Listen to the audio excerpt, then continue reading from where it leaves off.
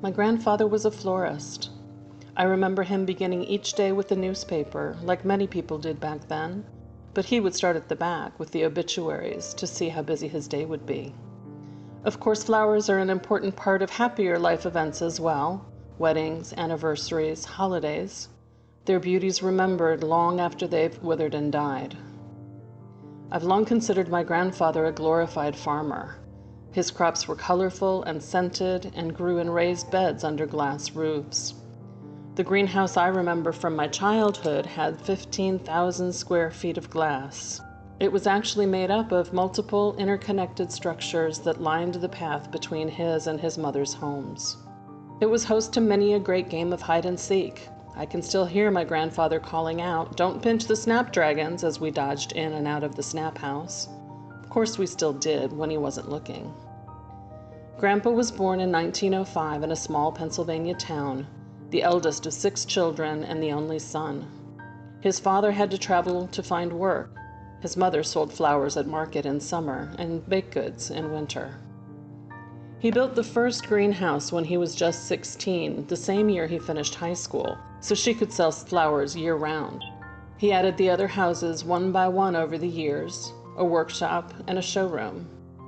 He also built the house my mother grew up in, and a number of pieces of furniture that are now scattered amongst children and grandchildren.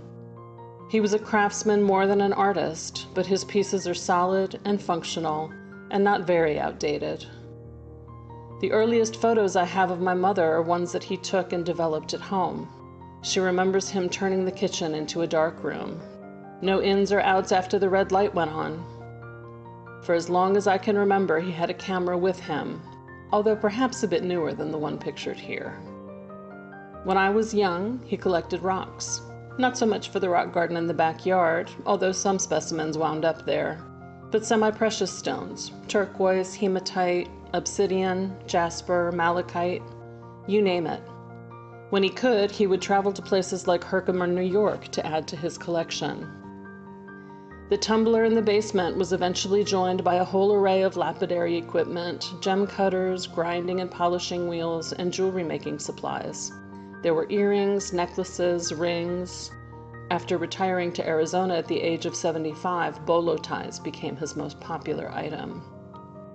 Somewhere along the way, he also began doing stained glass. It was inevitable, I suppose, after building all those greenhouses. Solder and glass were in his blood.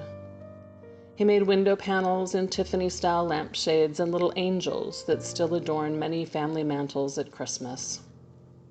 He helped to manage a little gift shop in his retirement community where he sold his creations and learned from fellow craftsmen. He learned marquetry in his late 70s and made intricate scenes with paper-thin sheets of fine-grained wood. My grandfather passed at the age of 88, leaving behind many drawers full of stone, glass, and wood.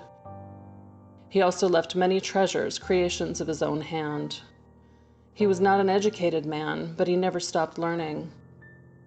He somehow understood the gift of memory through flowers, photos, jewelry, decor, the things we give to the people we love when it matters most, the things we leave behind.